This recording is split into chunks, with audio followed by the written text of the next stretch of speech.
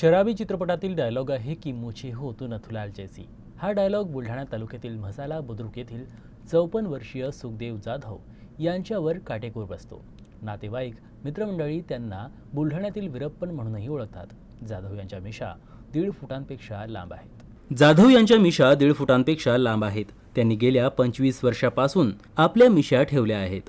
तर त्यांनी वीरप्पन मेल्यानंतर मिशी आपण अशीच वाढवायची असा निर्धार केला होता। मिशी वाढवून मला वीरप्पन म्हणतात याच्यातच मला आनंद आहे व मरेपर्यंत मिशी काढणार नसल्याचं त्यांनी सांगितलं। मला ही मिशा 25 वर्षापासून मी मिशा वाढवलेल्या आहेत। 25 वर्षापासून माझ्या मिशा असताना मला सर्व दुनिया वीरप्पन नावाने ओळखतात।